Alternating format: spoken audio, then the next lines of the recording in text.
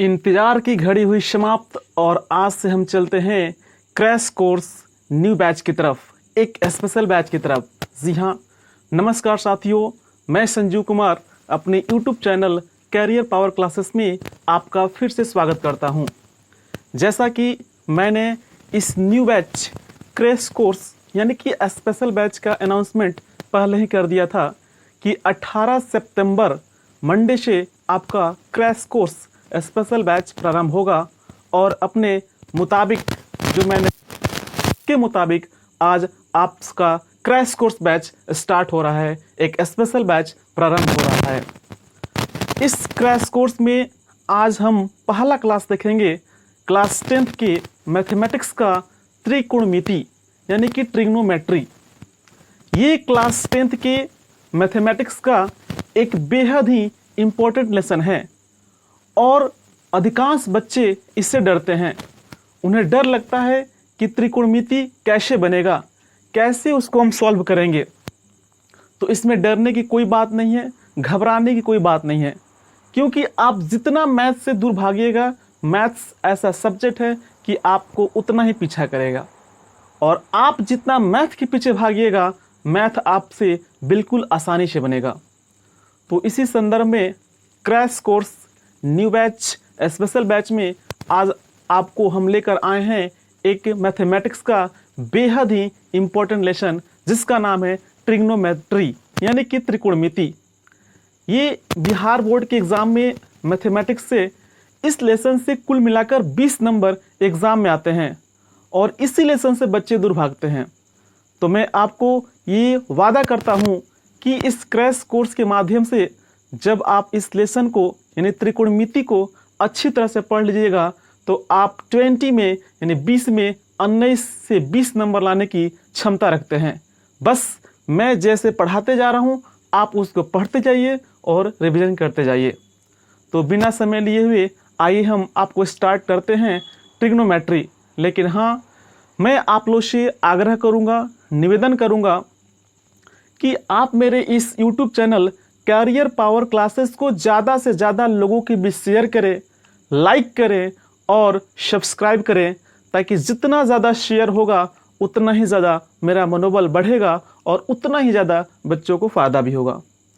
तो बिना समय लिए हुए आइए हम आपको ले चलते हैं एक बेहद ही इम्पोर्टेंट लेसन, जिसका नाम है ट्रिग्नोमेट्री यानी कि त्रिकोणमिति। जैसा कि आप यहाँ पे देख पा रहे हैं, हमको पढ़ना है introduction to trigonometry. Introduction to trigonometry यानी त्रिकोणमिति का परिचय। यहाँ पे आपको हम त्रिकोणमिति का परिचय करा रहे हैं। दिया कि it is branch of mathematics that provide relation between the sides and angles of triangles. It is branch of mathematics that provide relation between the sides and angles of triangles। यानी कि त्रिकोणमिति गणित की वह शाखा है, ट्रिग्नोमेट्री मैथमेटिक्स की वह branch है जो त्रिभुज के कोण और त्रिभुज के भुजा के बीच संबंध को दर्शाती है। सो आपका त्रिकोणमिति है वो मैथमेटिक्स का वह ब्रांच है, वह शाखा है जो त्रिभुज के कोण और त्रिभुज की भुजा के बीच संबंध को दर्शाती है। ट्रिग्नोमेट्री, ट्री का मतलब होता है 3 यानी 3, गोन का मतलब होता है साइड्स यानी भुजा, और मेट्रॉन का होता है मेजर यानी माप। यानी 3 भुजा के मापने वाले को हम क्या बोलते हैं? त्रिकोणमिति। 3 भुजाओं को मापने वाले को क्या बोलते हैं? त्रिकोणमिति। और त्रिकोणमिति में हम हमेशा राइट एंगल ट्रायंगल यानी कि समकोण त्रिभुज बनाते हैं। कौन सा त्रिभुज बनाते हैं? समकोण त्रिभुज बनाते हैं। क्लियर? यहाँ तक उम्मीद है कि आप अच्छी तरह से समझ गए होंगे। आप इस वीडियो को पॉज कीजिए, रोकिए और देखिए कि कैसे इसमें मैटर को लिखा गया है, समझिए। उसके बाद आगे हम आपको बताते हैं।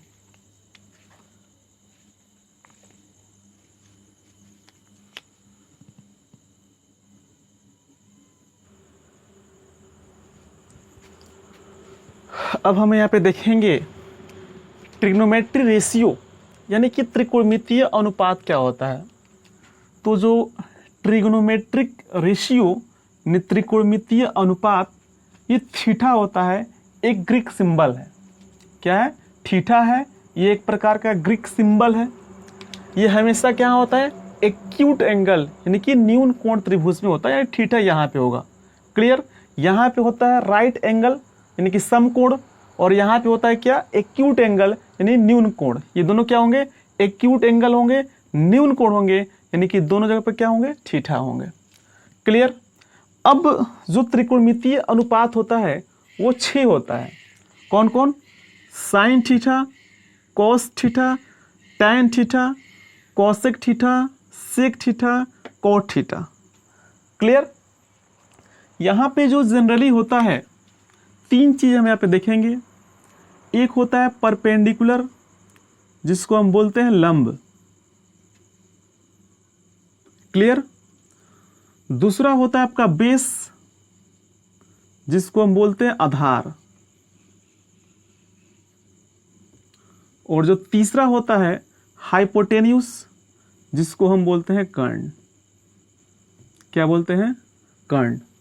तो P मीन्स हो गया परपेंडिकुलर, लंब हो गया, B मीन्स बेस हो गया, आधार हो गया, और H मीन्स हाइपोटेन्यूस हो गया, कर्ण हो गया। तो यहाँ पे जो फॉर्मूला होगा साइन थीटा का, वो होता है लंब बटा कर्ण। लंब बटा कर्ण, यानी लंब के लिखते हैं P और कर्ण के लिखते हैं H, P/H। Clear? Cos theta का फॉर्मूला होता है आधार बटा कर्ण, आधार बटा कर्ण। तो आधार के लिखते हैं B और कर्ण के लिए लिखते हैं H। क्लियर? टैन थीटा का फॉर्मूला होता है लंब बटा आधार, लंब बटा आधार, यानी कि लंब के लिए होगा P और आधार के लिए क्या होगा? B। क्लियर? यहां तक कोई दिक्कत नहीं होगा।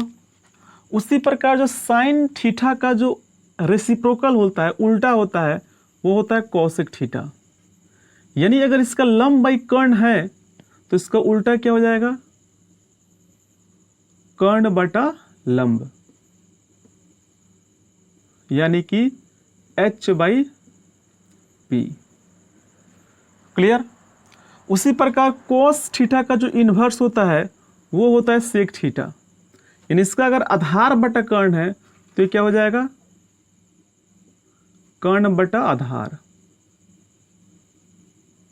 कर्ण बटा आधार, यानी कि H/B। और जो कोट थीटा होता है वो टेन थीटा का उल्टा होता है, रेसिप्रोकल होता है। यानी अगर लंब बटा आधार है तो क्या हो जाएगा? आधार बटा लंब, आधार बटा लंब, यानी कि B/P। क्लियर? तो यहां पे अगर आप 3 याद रखेंगे, sign theta, cos theta, tan theta, तो ये 3 खुद आपका याद हो जाएगा, क्योंकि साइन थीटा का रेसिप्रोकल होता है कॉसेक थीटा, कॉस थीटा का रेसिप्रोकल होता है सेक थीटा, और टैन थीटा का उल्टा होता है कॉट थीटा। तो यहां पे हम एक रेसिप्रोकल लिख दे रहे हैं। उल्टा क्या होता है? रेसिप्रोकल, यानी इसका उल्टा क्या होगा?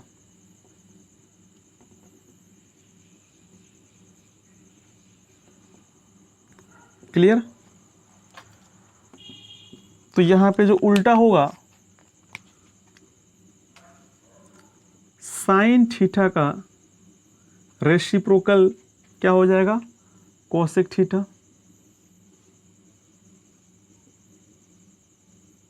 क्लियर? उसी प्रकार कोसेक थीटा का जो रेसिप्रोकल होगा क्या हो जाएगा? साइन थीटा हो जाएगा। क्लियर? कोस थीटा का जो उल्टा होता है वो होगा आपका सेक थीटा, यानी 1/सेक थीटा। तो सेक थीटा क्या हो जाएगा? कॉस थीटा, यानी सेक थीटा इक्वल टू 1/कॉस थीटा।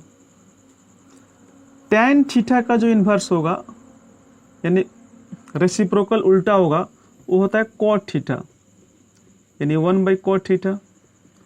और cot थीटा का जो रेसिप्रोकल होता है वो क्या हो जाएगा 1/tan थीटा। तो इस फॉर्मूला से भी आप देख पा रहे हैं कि बस आपको तीन ही याद रखना है कि साइन थीटा का रेसिप्रोकल क्या होता है कोसेक होता है, साइन का कोसेक तो कोसेक का साइन। कोस का जो रेसिप्रोकल होता है वो होता है सेक थीटा होता है। कोस का अगर 1/sec थीटा है तो सेक का 1/cos थीटा हो जाएगा। और टेन का जो रेसिप्रोकल होता है क्या होता है cot थीटा होता है। क्या होता है cot थीटा। नहीं tan theta equal to 1/cot theta है तो cot थीटा इक्वल टू भी क्या हो जाएगा 1/tan थीटा। यहाँ तक उम्मीद है कि आप अच्छी तरह से बात समझ पाए होंगे। साइन थीटा का इन्वर्स होता है कोसेक थीटा, यानी अगर इसका लंब बाई कर्ण है तो क्या हो जाएगा कर्ण बाई लंब होगा। कोस थीटा का आधार बटा कर्ण होता है तो कोस का उल्टा क्या होता है सेक थीटा, इसका हो जाएगा कर्ण बटा आधार। टैन थीटा का होता है लंब बटा आधार तो टैन का उल्टा क्या होता है कॉट, तो इसका उल्टा क्या हो जाएगा आधार बटा लंब।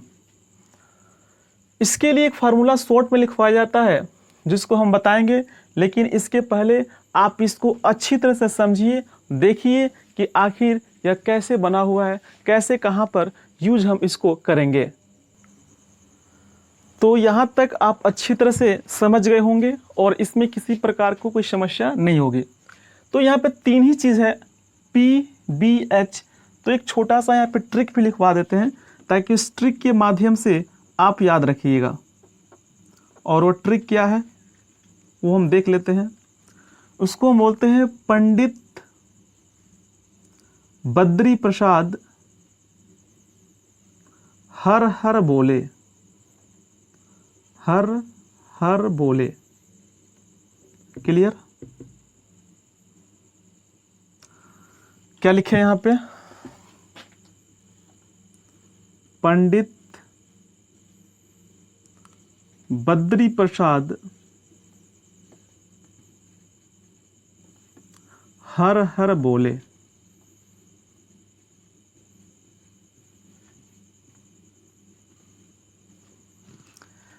पंडित P for Pandit, B for Badri Prasad, P for Prasad, P for Pandit, B for Badri, P for Prasad, H for her, H for her, B for बोले। यानी कि पंडित बद्री प्रसाद हर हर बोले, यानी कि ये जो फार्मूला होगा फर्स्ट वाला आपका साइन थीटा का होगा लंब बटा कर्ण यानी कि P/H।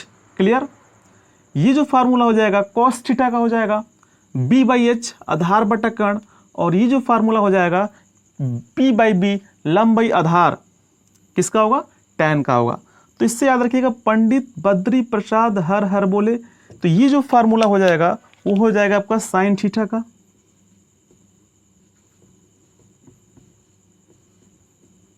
ये जो फार्मूला होगा वो होगा कॉस थीटा का, और ये जो फार्मूला होगा टैन थीटा का। क्लियर? तो पंडित बद्री प्रसाद हर हर बोले ये हो गया साइन थीटा का, ये हो गया कॉस थीटा का, ये हो गया टैन थीटा का। जब तीन याद है तो पता है हमको कि साइन का उल्टा क्या होता है कोसेक। तो अगर साइन का P/H है तो कोसेक का क्या होगा H/P यानी कर्ण बाई लंब। अगर कॉस थीटा का फार्मूला B/H है यानी आधार बटा कर्ण है तो कॉस का इन्वर्स क्या होता है सेक होता है, इसका क्या हो जाएगा H/P यानी कर्ण बाई आधार। अगर टैन थीटा का फार्मूला P/B है लंब बटा आधार है तो टैन का उल्टा क्या होता है कॉट होता है, तो इसका क्या हो जाएगा B/H यानी कि आधार बटा लंब। तो इसका जो इन्वर्स हो जाएगा, इसका इन्वर्स क्या हो जाएगा कोसेक थीटा, इसका क्या हो जाएगा सेक थीटा, और इसका क्या हो जाएगा कॉट थीटा। क्लियर? यहां तक आप समझ गए होंगे। एक फार्मूला और यहां पे होता है टैन थीटा। जो टैन थीटा का फार्मूला होता है वो होता है साइन थीटा बटा कॉस थीटा, साइन थीटा बटा कॉस थीटा। उसी प्रकार एक फार्मूला कॉट का भी आ जाता है, कॉट थीटा बराबर क्या होता है, कॉस थीटा बटा साइन थीटा। देखिए यहाँ भी समझना है कि टेन का जो फार्मूला होता है साइन थीटा बटा कॉस थीटा होता है, तो टेन का तो ही इन्वर्स होता है कॉट थीटा, तो अगर इसका साइन बटा कॉस है तो कॉट का क्या हो जाएगा, इसका उल्टा हो जाएगा, कॉस थीटा बटा साइन थीटा। तो ये भी एक समझने वाला पॉइंट था आपका। यहाँ तक किसी कोई समस्या नहीं होनी चाहिए, लेकिन इसके बाद भी अगर समस्या है तो आप हमें कमेंट करें, मैं उस समस्या को अब निपटारा करूँगा। यहाँ पे जो त्रिभुज बनते हैं समकोण त्रिभुज बनते हैं। कौन से त्रिभुज बनते हैं, समकोण त्रिभुज बनते हैं। यहाँ पे ध्यान देनी बातें होंगी, जो कोण की अपोजिट वाला साइड होगा, जैसे अगर ए दे दिया तो ए के अपोजिट वाला साइड क्या होता है, लंब होता है। तो यहाँ पे लिख सकते हैं कि एंगल के अपोजिट वाला साइड, एंगल यानी कि कोण के अपोजिट वाला साइड, अपोजिट वाला साइड लंब होता है। क्या होता है, लंब होता है। अगर ए दे दिया तो ए के अपोजिट लंब होगा ये वाला साइड, अगर सी दे दिया तो सी के अपोजिट वाला क्या हो जाएगा, लंब हो जाएगा।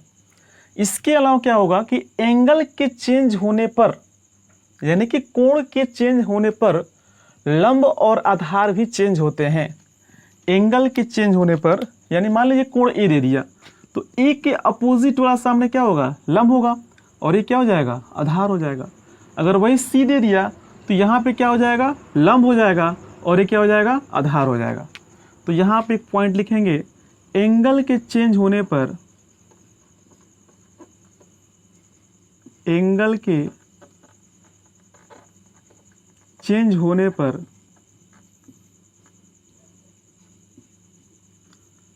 लंब और आधार के मान, लंब और आधार के मान चेंज हो जाते हैं, चेंज हो जाते हैं। एंगल के चेंज होने पर लंब और आधार के मान चेंज हो जाते हैं। अगर साइन ए दे दिया तो ए के अपोजिट वाला साइड लंब होगा, जब लंब ये होगा तो आधार ये हो जाएगा। अगर साइन सी दे दिया तो सी के अपोजिट वाला साइड लंब हो जाएगा, ये क्या हो जाएगा, आधार। कर्ण जो हम होता है वो हमेशा फिक्स होता है। जो समकोण होता है, समकोण के अपोजिट वाला साइड हमेशा क्या होता है, पर हमेशा यह हाइपोटेन्यूस होता है। हमेशा क्या होता है, हाइपोटेन्यूस होता है, यानी कि कर्ण होता है। तो कर्ण फिक्स होता है, चेंज होता है लंब और आधार। अगर ए दे दिया तो ए के सामने लंब, ये हो जाएगा आधार। अगर सी दे दिया तो सी के सामने लंब, ये क्या हो जाएगा, आधार हो जाएगा।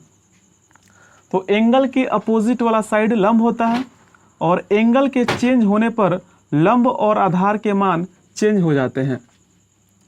तो यहाँ पे मैंने देखा साइन थीटा का फार्मूला होता है लंब बटा कर्ण, और साइन का इन्वर्स होता है कोसेक। अगर इसका लंब बटा कर्ण है तो ये हो जाएगा कर्ण बटा लंब।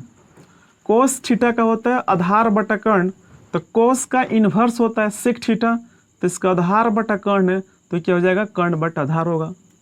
टैन थीटा का फार्मूला होता है लंब बटा आधार, तो अगर इसका लंब बटा आधार है तो टैन का रेसिप्रोकल होता है कोट थीटा, नहीं जब लंब बटा आधार है तो क्या हो जाएगा, आधार बटा लंब। P मीन्स परपेंडिकुलर होता है लंब, B मीन्स बेस होता है आधार, और H मीन्स होता है हाइपोटेन्यूस यानी कि कर्ण। ये रेसिप्रोकल है। इसका फार्मूला होता है पंडित बद्री प्रसाद हर हर बोले। P मीन्स परपेंडिकुलर लंब हो गया, H मीन्स हाइपोटेन्यूस कर्ण हो गया। तो ये जो फार्मूला होगा फर्स्ट वाला साइन थीटा का, तो साइन थीटा का अगर P/H है तो साइन का इन्वर्स होता है कोसेक थीटा। साइन का इन्वर्स होता है कोसेक थीटा, तो H/P हो जाएगा। कोस थीटा का होता है B/H, तो कोस का इन्वर्स क्या होता है, सेक थीटा, इसका हो जाएगा H/B। टैन थीटा का होता है P/B, तो इसका इन्वर्स होता है कोट थीटा, ये हो जाएगा B/P। और यहाँ पे था कि एंगल के अपोजिट वाला साइड लंब होता है, और एंगल के चेंज होने पर लंब और आधार के मान चेंज हो जाते हैं। तो ये क्लास 10th के त्रिकोणमिति के एक्सरसाइज 8.1 के कुछ बेसिक चीज़ें थी जो मैंने बताया। अब अगली क्लास में जब हम मिलेंगे तो उसको आपको अच्छी तरह से इस नोट्स को याद कर लेना होगा, समझ लेना होगा। जब तक ये मैटर समझ में नहीं आएगा तब तक क्वेश्चन नहीं बनेगा। इसलिए आप लोगों से आग्रह है कि इस मैटर को अच्छी तरह से समझें और जब नेक्स्ट क्लास में आए तो उस क्वेश्चन को अच्छी तरह से बनाएं। तो मिलते हैं अगले क्लास में, तब तक के लिए बाय बाय।